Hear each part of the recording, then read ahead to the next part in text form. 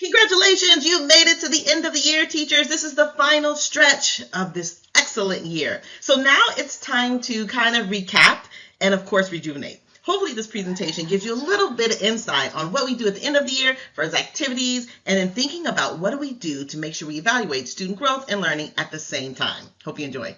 Okay, as a teacher, think about how far you've come. How are we creating meaningful end of the year activities? So now I think you're at the point where your students are leading the instruction, right? You have done it so much where this class and your students can actually run the classroom by itself. So thinking about how you can get peers to take ownership, different insights, and make sure that they can pretty much take on the initiative. Two, thinking of the reflection that students should have. Like, what are the surveys and the feedback that you have to kind of figure out what are some things that I can do better for next year, and like really do your due diligence to gather data and think about what are the other improvements that we need to do to kind of get better. Last, community building, really thinking about how do we engage in our classroom legacy. What did we kind of leave a mark on the students? What are their digital portfolios that they have? How are they showcasing their growth to where they can take it home and share their families and their communities, some of the growth that they've had? And celebrations. What are you doing to kind of incorporate that end of the year dance party, the bingo days, thinking about really bringing the true positive energy to continue to just think about what a great year it was. I mean, now it could be at the end of the year, but some teachers think about, okay, how can I be better for next year? What are some evaluation strategies that I can improve or implement for the next year? Thinking about portfolio assessments, what does that look like? Whether it be maybe you incorporate next year your group project, little assignments that students can do. Maybe there's presentations at the end, reflective writing, right? These are really strategies that can help students really own their work. And always think about what multiple measures did I take this year and how can I kind of beef them up for next year. I always say there has been this big push for not having homework, but when homework is provided in a meaningful way, parents can even be connected to the curriculum as students can be connected to the content. So thinking about how am I readjusting my quizzes, my exams, thinking about what are the evaluations, how can my surveys inform multiple measures of assessment. So really thinking about what can you do to kind of change or transform things for next year. So many of our teachers go through this thing about like, what is the strategic planning that's necessary kind of for the next year and future success? We are always looking to curriculum, right? What does the curriculum look like? What is the curriculum plan? Do I have to make adjustments to my curriculum for next year to make it more engaging or meaningful? Do I take out this piece because it doesn't really relate to my student population and add this piece, right? These are the deep things that, of course, educators are thinking about towards the end, but really being able to pre-plan for next year and say, how can I change this and make notes in your curriculum this year to maybe change for next year if you're not going to do it this year. Thinking about professional development, we're always thinking about, okay, what does our summer training look like? What are our needs that we need to maybe look for these opportunities during the summer for training?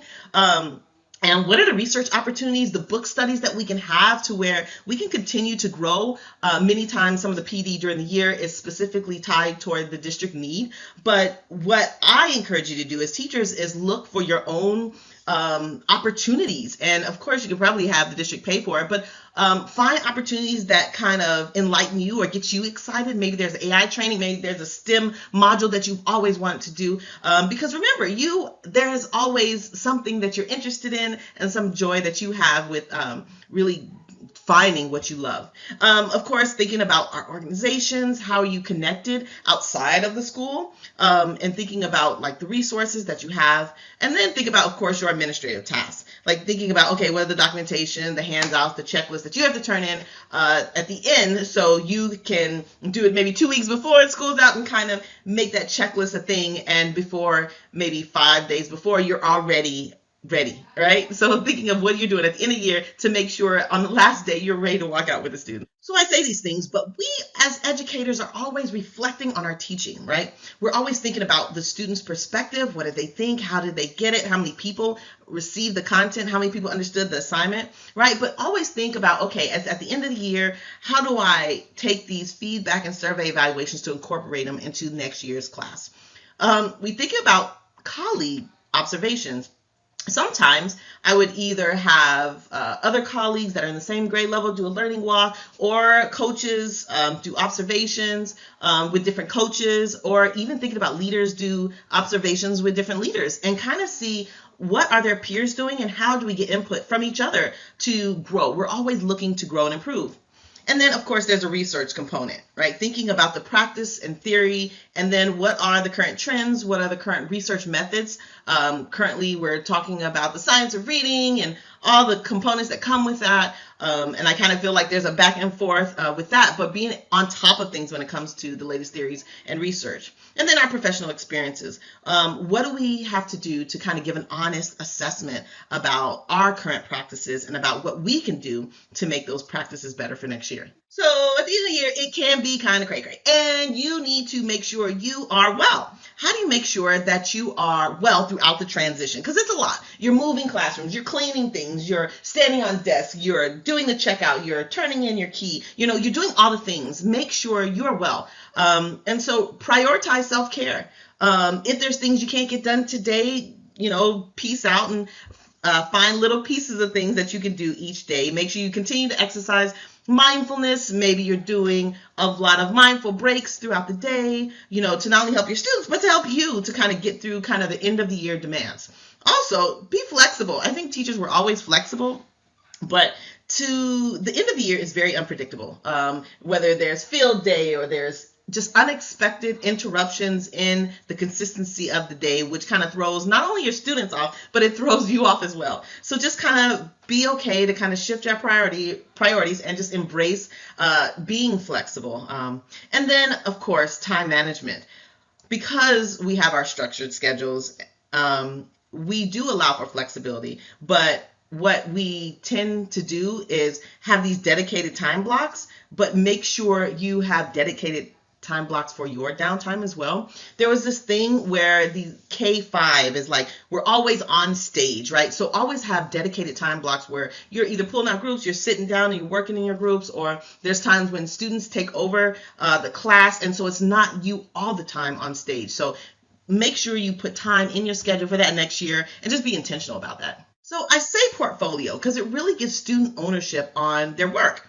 Right? Thinking of like, what are their assessment folders? How are they keeping track of their own work? How are they showcasing their work to their families? What is the evidence that show that students have made gains and they're growing in certain skills and abilities? And how are students able to analyze their own work?